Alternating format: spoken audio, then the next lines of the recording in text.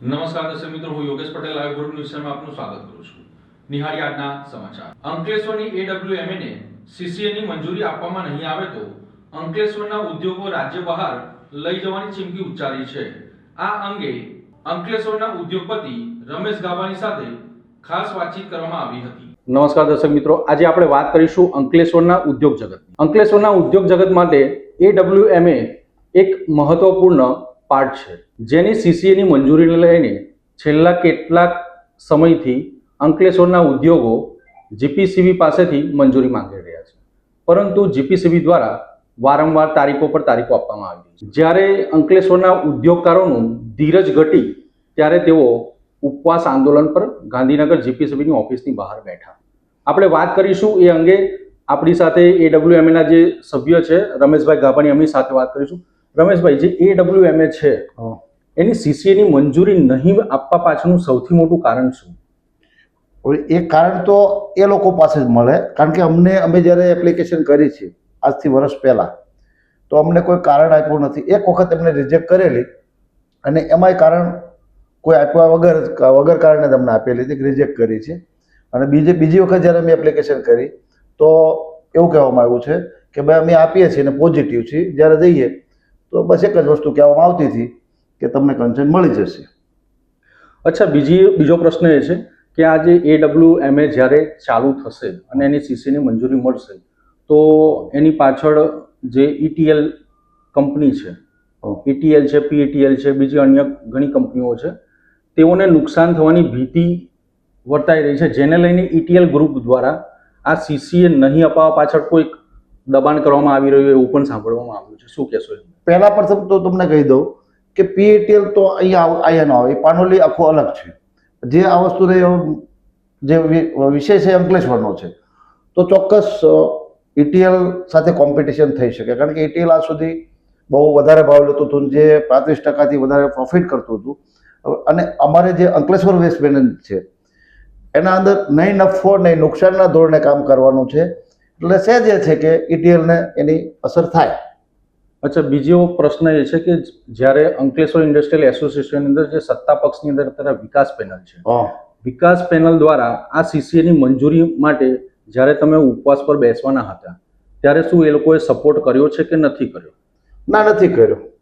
નથી કરવા પાછળનું કારણ શું છે એ અમે ન જાણીએ, અમને ખ્યાલ નથી. એ લોકોને લોકચર્ચા મુજબ એવું જાણવા મળી રહ્યું છે કે AWMA ની જે CCA ની મંજૂરી છે તે ન મળે એમાં ઇન્ટરેસ્ટ છે.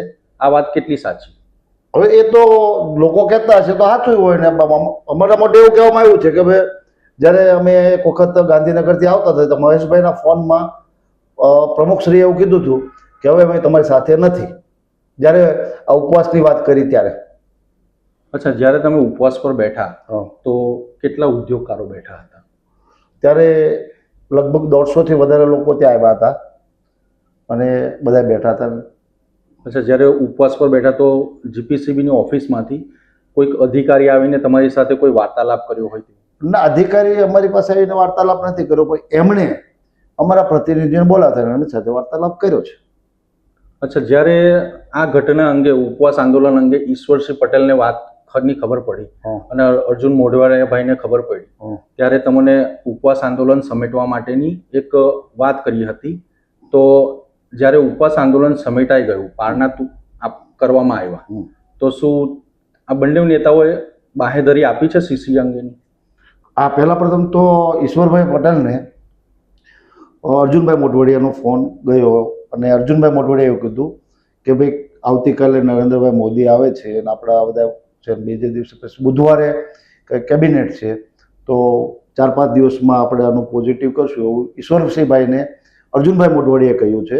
અને પછી અર્જુનભાઈ મોઢવાડિયાને સાથે ઈશ્વરભાઈને વાત થઈ છે, એટલે ઈશ્વરસિંહભાઈ એવું કીધું કે ભાઈ હવે કન્સેન્ટની સંપૂર્ણ જવાબદારી મારી છે અને હાલ પૂરતું તમે તમારા પારણા કરી લો. હું ગાંધીનગર હાજર નથી, ને તો હું પણ રૂબરૂ તમને મળવા આવે અને પારણા કરાવે. એમનો હકીકત દક્ષિણ ગુજરાત અને ઉત્તર ગુજરાતના બે કોઈ કાર્યક્રમ હતા અને એમાં કોઈ લોકાર્પણ કે સરકારી કામો હશે એના કામથી બહાર ગયા હતા. અને પછી આપણા ધારાસભ્ય છે અને સરકારમાં મંત્રી છે, તો હવે આપણને એટલું કહે કે ભાઈ હવે સંપૂર્ણ જવાબદારી મારી છે અને એનું માન જાળવવું આપણી ફરજ બને છે. એ ફરજના ભાગરૂપે અમને ઈશ્વરસિંહભાઈ ઉપર સંપૂર્ણ ભરોસો છે કે એ આ અંકલેશ્વર વેસ્ટમેન્ટની કન્સેન્ટ જે લાવવાની છે એ કન્સેન્ટ આપીને જમશે એવો મને સંપૂર્ણ ભરોસો છે. અચ્છા, જ્યારે ત્યાં ધરણા પર બેઠા તો એક ઉદ્યોગપતિ દ્વારા આક્ષેપ કરવામાં આવ્યો હતો કે સીસીએની મંજૂરી નહીં આપવા પાછળ એક અદ્રશ્ય શક્તિ કામ કરી રહી છે. એ શક્તિ કઈ? હવે એ શક્તિ જેમને આરોપ કર્યો છે એમને છે, પણ હવે આમાં તો સમજી લો કે ઘણા લોકો હોય કે આ સીટીપી ચાલુ થાય એનાથી જે કંઈ વિરોધી હોય કે ભાઈ જેમને રસ ન હોય એ હોઈ શકે. અચ્છા, બીજી વસ્તુ કે જ્યારે આ આંદોલન સમેટવામાં આવ્યું એની પહેલા ઉદ્યોગકારો દ્વારા એક ચીમકી ઉચ્ચારવામાં આવી હતી કે જો સીસીએને મંજૂરી આપવામાં નહીં આવે તો અંકલેશ્વરના ઉદ્યોગો અન્ય રાજ્યોમાં જશે. એ અંગે શું કહેવું છે? આ જો કન્સેન્ટ ના મળે અને એ મંજૂરી ન મળે તો સહેજે છે કે બીજી મંજૂરી મળતી હોય ત્યાં થાય. તમને આશા કેટલી છે કે ક્યાં સુધીમાં મંજૂરી મળશે? હવે ઈશ્વરસિંહભાઈ જ્યારે જવાબદારી સ્વીકારી છે ત્યારે અમને આપણા પ્રતિનિધિ છે, અહીંયાના ધારાસભ્ય છે અને હાલના સરકારમાં મંત્રી છે, અમને તો 100% ભરોસો છે કે ઈશ્વરસિંહભાઈ આ કન્સેન્ટ અપાવીને જ જમશે. તો જે પ્રમાણે અત્યાર સુધી છેલ્લા 1 વર્ષથી જે AWMનો જે પ્રશ્ન સીસીએને લઈને હતો તે અંગે ધારાસભ્ય ઈશ્વરસિંહ પટેલ કે જેઓ અત્યારે રાજ્ય કક્ષાના મંત્રી પણ છે, તેઓએ બાહેધરી આપી છે અંકલેશ્વરના ઉદ્યોગોને કે આ સીસીએની મંજૂરી અપાવવાની જે જવાબદારી છે મારી છે. હવે જોવું એ રહ્યું કે આવનારા સમયની અંદર કેટલા સમયની અંદર આ સીસીએની મંજૂરી મળે છે. જો મંજૂરી નહીં મળે તો શું ખરેખર અંકલેશ્વરના ઉદ્યોગો અંકલેશ્વર છોડીને અન્ય રાજ્યોમાં જશે? તે તો આવનારો સમય જ બતાવશે. અંકલેશ્વરમાં ભંગારિયાઓ બેફામ બન્યા. પોલીસ ચોકીની સામે જ કેમિકલ યુક્ત કચરાનો સળગાવીને ગેરકાયદેસર રીતે નિકાલ કરતા ધુમાડાનું સામ્રાજ્ય ફેલાવ્યું હતું. અંકલેશ્વરના શાંતિનગર વિસ્તારમાં આવેલ રોયલ ટ્રેડર્સ નામનું ગોડાઉન હવે રહીશો માટે મોતનું ઘર બની રહ્યું છે. ગત રાત્રે આ ગોડાઉનમાં ભંગારિયા દ્વારા કેમિકલ યુક્ત કચરો સળગાવી તેનો ગેરકાયદેસર નિકાલ કર્યા હોવાનું સામે આવ્યું છે.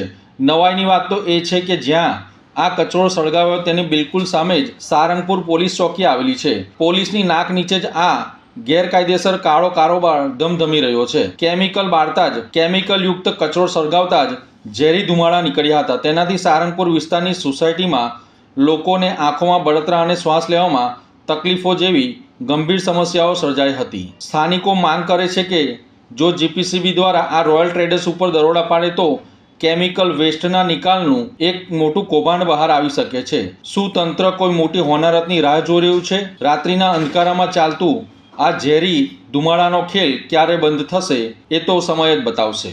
ભરૂચમાં આવનાર ચૂંટણીઓને લઈને કોંગ્રેસ દ્વારા સેન્સ લેવાની પ્રક્રિયા હાથ ધરવામાં આવી હતી. સ્થાનિક સ્વરાજની ચૂંટણીઓની ગુજરાતમાં ગમે તે ઘડીએ જાહેરાત થઈ શકે છે, જેને ધ્યાનમાં લઈને ભાજપ, કોંગ્રેસ, આપ સહિતના રાજકીય પક્ષોએ પાલિકા, તાલુકા, જિલ્લા પંચાયત માટે ચૂંટણીની કામગીરીનો ધમધમાટ શરૂ કરી દીધો છે. ચૂંટણીલક્ષી કામગીરી હેઠળ કોંગ્રેસ દ્વારા જિલ્લા કાર્યાલય ખાતે સેન્સ પ્રક્રિયા હાથ ધરવામાં આવી હતી. ભરૂચ પ્રભારી મનહર પટેલ, જિલ્લા પ્રમુખ રાજેન્દ્રસિંહ રણા, શહેર પ્રમુખ સલીમ અમદાવાદી સહિતના આગેવાનોની ઉપસ્થિતિમાં ભરૂચ પાલિકા માટે ઉમેદવારોને સાંભળવામાં આવ્યા હતા. ભરૂચ પાલિકા ચૂંટણીની સેન્સ પ્રક્રિયામાં તમામ 11 વોર્ડ માટે કોંગ્રેસમાંથી ઉમેદવારી કરવા ઈચ્છુક ટિકિટ વાંછુકો તેમના ટેકેદારો સાથે ઉમટી પડ્યા હતા. નિરીક્ષકે ઉમેદવારોને રૂબરૂમાં મળી તેમને સાંભળી તેમના સેન્સ લીધા હતા. હવે પાલિકા માટે કોંગ્રેસના ઉમેદવારોના નામો પ્રદેશ કોંગ્રેસમાં મોકલી આપવામાં આવશે, તેમ મનહર પટેલે જણાવ્યું હતું. પ્રદેશ કોંગ્રેસના આદેશ અનુસાર સવારે 10:30 કલાકથી ભરૂચ અમારી કાર્યાલય ખાતે ભરૂચ નગરપાલિકાના સેન્સ લેવાની પ્રક્રિયા ચાલુ છે. ખૂબ ઉત્સાહભેર ઉમંગ સાથે યુવાધન, મહિલા, ઓબીસી, એસટી, ઓબીસી તમામે ટિકિટની માંગણી કરી છે ને મારે ધ્યાન પ્રમાણે 200થી વધારે ફોર્મ ભરાયા છે. તમામના વ્યક્તિગત સેન્સ લીધા છે. પક્ષ સાથેની વફાદારી, પક્ષ સાથેનું કામગીરીને ધ્યાનમાં લેવામાં આવે છે. યુવાધનને, શિક્ષણને પણ ધ્યાનમાં લેવામાં આવે છે. 11 વોર્ડમાં 44 જેટલી ટિકિટો આપવાની છે. શહેર પ્રમુખશ્રી અને જિલ્લા પ્રમુખશ્રીએ ખૂબ સરસ આયોજન કર્યું છે અને દક્ષિણ ગુજરાતમાં સૌથી પહેલાં આ પ્રક્રિયા અહીંયા ભરૂચ જિલ્લાના ભરૂચ શહેરમાં થઈ રહી છે. હું ભરૂચના અમારા કોંગ્રેસ પરિવારની પણ તમામને આજે મેં જોયું છે કે ભારતીય જનતા પાર્ટી સામે જબરજસ્ત ઉગ્ર એક વિરોધ છે અને એના પરિણામે ખૂબ લાંબા સમય પછી ફરી એકવાર ભરૂચમાં નગરપાલિકા કોંગ્રેસની બનવા જઈ રહી છે, એમાં કોઈ શંકાનું સ્થાન નથી. જય હિન્દ, જય કોંગ્રેસ. આમોદ તાલુકાના આછોદ ગામે નવી નગરી ખાતે એક યુવાનને કરંટ લાગતા કમકમાટી ભર્યું મોત નીપજ્યું હતું. આમોદના આછોદ ગામના નવી નગરી વિસ્તારમાં રહેતા વિજયભાઈ પ્રવીણભાઈ રાઠોડને પોતાના ઘરમાં અચાનક વીજ કરંટ લાગ્યો હતો. તેમને બચાવવા માટે તેમના મોટા ભાઈ ઠાકોરભાઈ રાઠોડ વચ્ચે પડ્યા, પરંતુ કમનસીબે ઠાકોરભાઈ પોતે કરંટની ઝપેટમાં આવી ગયા હતા. આ કપરી સ્થિતિમાં ત્રીજા ભાઈએ મહેશભાઈ રાઠોડે સમય સૂચકતા વાપરી લાકડાના ફટકા વડે બંને ભાઈઓને છોડાવવાનો પ્રયાસ કર્યો હતો. મહેશભાઈની ત્વરિત કામગીરીને કારણે વિજયભાઈનો જીવ બચી ગયો હતો, પરંતુ ઠાકોરભાઈ ગંભીર રીતે દાઝી ગયા હતા. બંને ભાઈઓને તાત્કાલિક આમોદ સામૂહિક આરોગ્ય કેન્દ્ર ખાતે ખસેડવામાં આવ્યા હતા, જ્યાં ફરજ પરના તબીબોએ 30 વર્ષીય ઠાકોરભાઈ રાઠોડને મૃત જાહેર કર્યા હતા, જ્યારે વિજયભાઈ હાલ સારવાર હેઠળ છે. આ ઘટનાની જાણ થતાં સમગ્ર આમોદ ગામ અને નવી નગરી વિસ્તારમાં શોકનું મોજું ફરી વળ્યું છે. આમોદ પોલીસે હોસ્પિટલ ખાતે પહોંચી જરૂરી કાર્યવાહી હાથ ધરી છે અને પરિવારને મૃતદેહ વહેલી તકે સોંપવા માટેની કામગીરી શરૂ કરવામાં આવી છે. આમોદના ગ્રામ્ય વિસ્તારોમાં સ્વચ્છતા અભિયાનને વધુ વેગ મળે તે ઉદ્દેશ્ય સાથે ઈ રિક્ષાનું લોકાર્પણ કરવામાં આવ્યું હતું. આમોદ તાલુકાના ગ્રામ્ય વિસ્તારોમાં સ્વચ્છતા અભિયાનને વધુ મજબૂત બનાવવાના ઉદ્દેશ્ય સાથે સ્વચ્છ ભારત મિશન અંતર્ગત એક મહત્વપૂર્ણ પહેલ હાથ ધરવામાં આવી છે. જિલ્લા ગ્રામ વિકાસ એજન્સી ભરૂચ દ્વારા નિર્મળ ગુજરાતના લક્ષ્યને સાકાર કરવા તેમજ રોગચાળાને દૂર રાખવા સ્વચ્છતા હી સેવાના સૂત્ર સાથે આમોદ તાલુકાના 6 ગામોમાં સૂકો અને ભીનો કચરો અલગ અલગ એકત્રિત કરવા માટે ઈ ટેમ્પોની વ્યવસ્થા શરૂ કરવામાં આવી છે. ઈ ટેમ્પોનું લોકાર્પણ આમોદ તાલુકા પંચાયત કચેરી ખાતે ધારાસભ્ય ડી.કે. સ્વામીના વરદ હસ્તે કરવામાં આવ્યું હતું. આ પ્રસંગે તેમણે જણાવ્યું હતું કે સ્વચ્છતા માત્ર સરકારની જવાબદારી નથી, પરંતુ દરેક નાગરિકનો સહયોગ હોવો જરૂરી છે. ગામડાઓમાં સ્વચ્છતા જળવાઈ રહે તે માટે કચરાનું યોગ્ય સંચાલન અને સમયસર ઉઠાણ ખૂબ જ જરૂરી છે. આ પહેલથી ગામોમાં ઘેર ઘેર જઈ સૂકો અને ભીનો કચરો અલગ રીતે એકત્રિત કરવામાં આવશે, જેના પરિણામે ગંદકીમાં ઘટાડો થશે અને રોગચાળો ફેલાવાનો ખતરો પણ ઓછો થશે. સાથે જ પર્યાવરણ સુરક્ષા સ્વસ્થ જીવનશૈલી માટે આ પ્રયાસ એક મહત્વપૂર્ણ પગલું સાબિત થશે. આ કાર્યક્રમમાં આમોદ જંબુસરના ધારાસભ્ય ડી.કે. સ્વામી, તાલુકા પંચાયતના અધિકારીઓ, જિલ્લા ગ્રામ વિકાસ એજન્સીના પ્રતિનિધિઓ તેમજ વિવિધ ગામોમાંથી આવેલા સરપંચ, સ્થાનિક આગેવાનો મોટી સંખ્યામાં હાજર રહ્યા હતા. આજ રોજ આમોદ તાલુકા પંચાયત ખાતે તાલુકા પંચાયત દ્વારા સ્વચ્છ ભારત મિશન તેમજ ગ્રામ વિકાસ એજન્સીના પ્રયાસથી આજ રોજ 6 જેટલા ગામોને ઈ રિક્ષાનું વિતરણ કરવામાં આવ્યું, જે દ્વારા આમોદ તાલુકાના ગામોમાં સ્વચ્છતા અભિયાનને ખૂબ સારો એવો વેગ મળશે. ગામને સ્વચ્છતામાં ખૂબ સારું એવું કામ થશે.